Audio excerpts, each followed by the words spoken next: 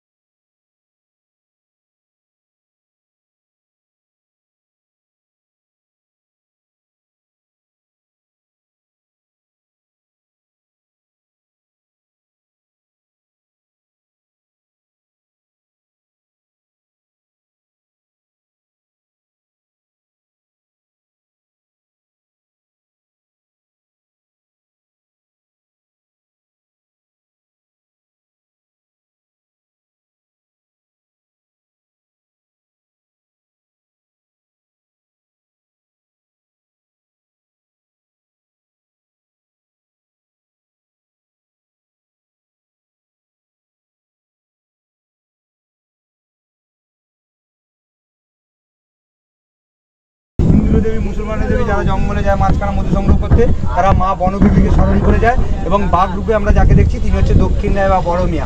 আমরা টুরিস্টরা হয়তো 30 সেকেন্ডের জন্য দেখতে পেলে আনন্দ পাবো যে সুন্দরবনে গিয়ে বাঘ দেখেছি, কিন্তু যারা প্রতিনিয়ত জঙ্গলে যাচ্ছে তারা চায় না যে এইভাবে দক্ষিণ রায়ের সঙ্গে আমাদের দেখাটা হোক, কিন্তু তাদের সঙ্গেই দেখাটা হয় এবং অ্যাক্সিডেন্ট তাদের সঙ্গেই ঘটে। এই যে বিধবাটার কথা বলছি, মানুষ আগে কুসংস্কারে ডুবেছিল, শিক্ষার হার কম ছিল, এই জন্য যারা যেত তারা মা বনবিবাহে সমর্পণ, তাদের ফিরল না, ভাবলো এই মহিলাটা ভালো নয়, এই নিয়মকানুন মানেনি, তার জন্য মা বনবিবি সদয় হয়নি, এই জন্য দক্ষিণ রায়ের কোপে পড়ে গেছে, একে আলাদা পাড়া হিসাবে রেখে দিত। এই জন্য সুন্দরবন এরিয়াতে কিন্তু একসময় বিধবা পাড়া হয়ে গেছে। এখন এরকম এই খেজমূলের জোরেই কিন্তু এত বড় গাছটা কিন্তু দাঁড়িয়ে আছে, সাপোর্ট দিয়ে আছে, সাপোর্টিং খেজমূলযুক্ত গাছ, সুন্দরী, গরান, গেওয়া, গাছের কিন্তু ভেষজ গুণ আছে। আর এটা হচ্ছে বাইন গাছ, আর এই যে সাইডে দেখুন একটু সরু সরু পাতাওয়ালা এই যে গাছগুলো দাঁড়িয়ে আছে না, এইগুলো হচ্ছে গেওয়া গাছ। গেওয়া গাছ এই যে সাইডে হয়ে আছে, এই লাল লাল হালকা পাতা লাগছে, এগুলো সব গেওয়া গাছ। এই গেওয়া গাছের গা ছিঁড়লে বা পাতা ছিঁড়লে, আমরা পাতা ছিঁড়তে না বলি কেন, আমরা এই যে দোবাকি যে নামবো, এটা হচ্ছে যদি ওই পাতা ছিঁড়ে বা গাটা ছিঁড়ে সাদা রঙের রস নিঃসৃত হয়, সেইটা যদি আমাদের চোখে পড়ে চোখ কিন্তু অন্ধ হয়ে যাবে, এবং আমাদের যদি ত্বকে লাগে ত্বকে কিন্তু ঘা বেরিয়ে যাবে, র্যাশ হয়ে যাবে। হ্যাঁ, এই গেওয়া গাছ চোখ অন্ধ করে দেয় গাছ। অ্যাকচুয়ালি যে মৌচাকটা কোন গাছে হয়? বাইন গাছে হয়। এই যে বাইন গাছটা দেখছেন না, বড় বড় সাইড ভাবে হয়ে আছে। বাইন গাছ 3 প্রকারের আছে। এটা এই যে দেখুন পাতা একটু চড়া চড়া পাতা, এটার নাম হচ্ছে জাত বাইন।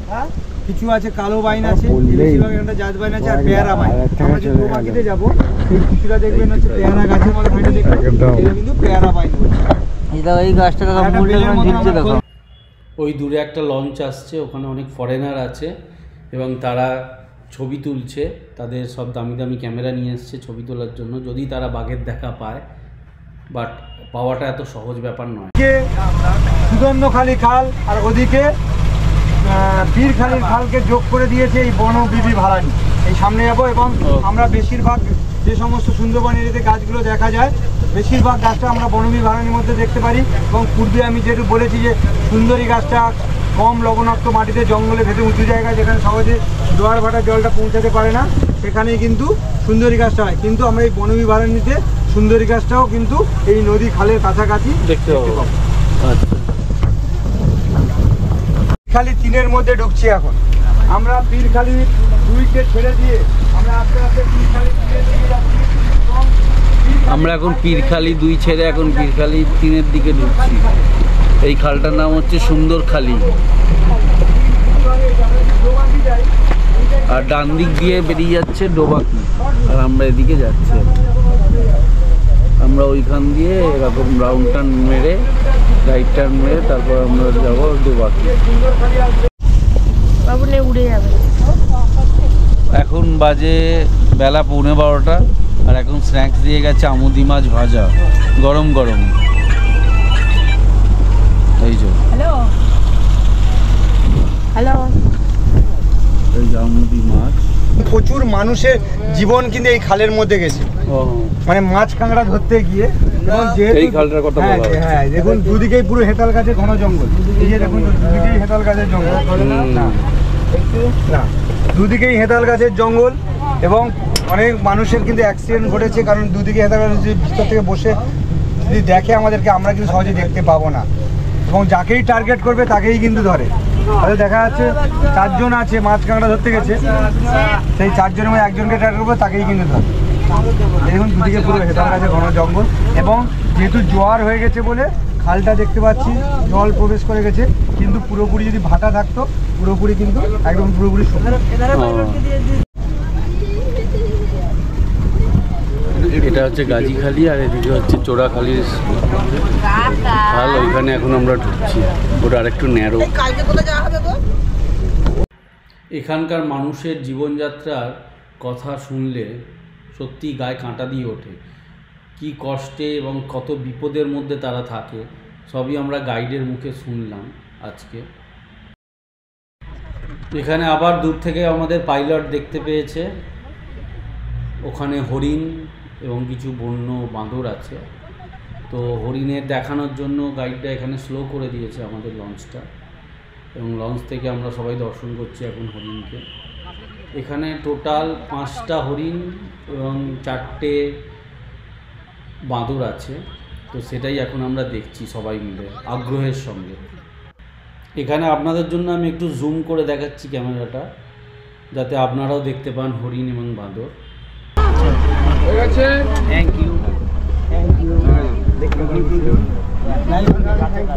হ্যাঁ, যেখানে দোবাকি ক্যাম্প, যেখানে 1/2 কিলোমিটার ক্যানোপি ওয়াক আছে, জঙ্গলের উপর থেকে ব্রিজ করা আছে, দুদিকে হচ্ছে ওপেন ফরেস্ট।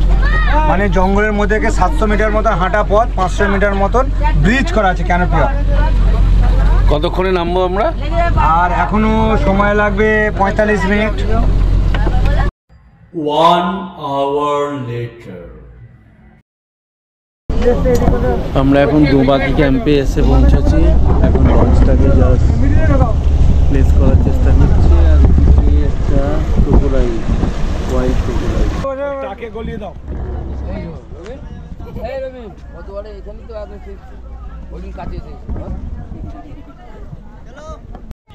এখন আমরা দুবাকি ক্যাম্পের গেটের সামনে। তো এখন আমরা ঢুকছি এখানে। তো একে একে সব লঞ্চ থেকে এখন নামছে।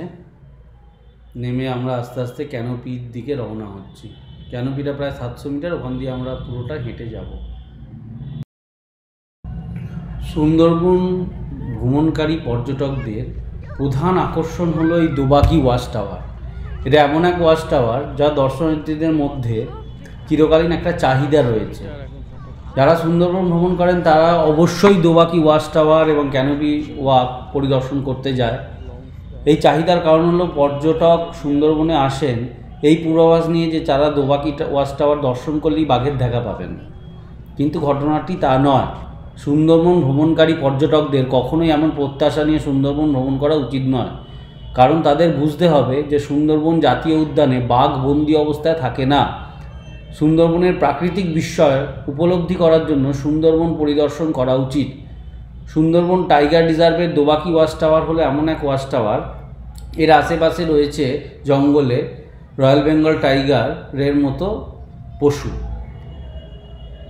তা বলার পরেও এটা বোঝা উচিত যে রয়্যাল বেঙ্গল টাইগার শক্তিশালী উপস্থিত দেখার নিশ্চয়তা দেয় না। দুবাকি ওয়াচ টাওয়ার ছাড়াও দুবাকিতে একটা ক্যানোপি ওয়াকও আছে, যার ওপর দিয়ে আমরা হেঁটে যাচ্ছি। দুবাকি ক্যানোপি ওয়াকটি প্রায় 700 মিটার এবং মাটি থেকে উচ্চতা প্রায় 20 ফুট। এটি একটি ফ্লাইওভারের মতো, যেখানে 12 ফুট উঁচু গ্রিলের বেড়া আছে, যাতে পর্যটকরা বন্যপ্রাণীর হাত থেকে রক্ষা পায়। বনবিবি, মা বনবিবি, আর তাহলে দক্ষিণ রায়ও থাকবে। এখানে রয়্যাল বেঙ্গল টাইগার ছাড়াও চিতল হরিণ, ভোঁদর, মনিটর টিকটিকি, বন্য শুয়োর, অ্যার্জুন অ্যান্ড স্টক্স, জঙ্গল ফাউল, ঈগল, র্যাপ্টার এবং ফ্যালকনের মতো বিভিন্ন ধরনের পাখি এবং স্টর্ক এখানে দেখা যায়। এছাড়া শীতকালে মিষ্টি জলের পুকুর আছে, তার আশেপাশে হুইসলিং হাঁসও দেখা যায়। দুবাকি ওয়াচ টাওয়ার এবং দুবাকি ক্যানোপি ওয়াক ছাড়া এখানে একটি বনবিবি মন্দির আছে এবং সুন্দরবনের অভিভাবকদের আবাসিক প্রশাসনিক কোয়ার্টারও আছে। দুবাকি ক্যাম্প এবং দুবাকি ওয়াচ টাওয়ার এবং দুবাকি ক্যানোপি ওয়াক পরিদর্শন ছাড়া সুন্দরবন ভ্রমণ প্রায় অসম্পূর্ণই বলা চলে। আজকের মতো আমাদের ভিডিওটি এখানেই শেষ হলো। নেক্সট 4 নম্বর পার্টে আপনাদের সঙ্গে আবার দেখা হবে। তো আপনারা যারা এখনও চ্যানেলটি সাবস্ক্রাইব করেননি তারা অবশ্যই সাবস্ক্রাইব করে নেবেন এবং লাইক এবং শেয়ার করে দেবেন বন্ধুবান্ধবের সঙ্গে। আর ভিডিওটি কেমন লাগলো অবশ্যই কমেন্ট বক্সে আপনারা কমেন্ট করে জানাবেন। Thank you for watching our channel.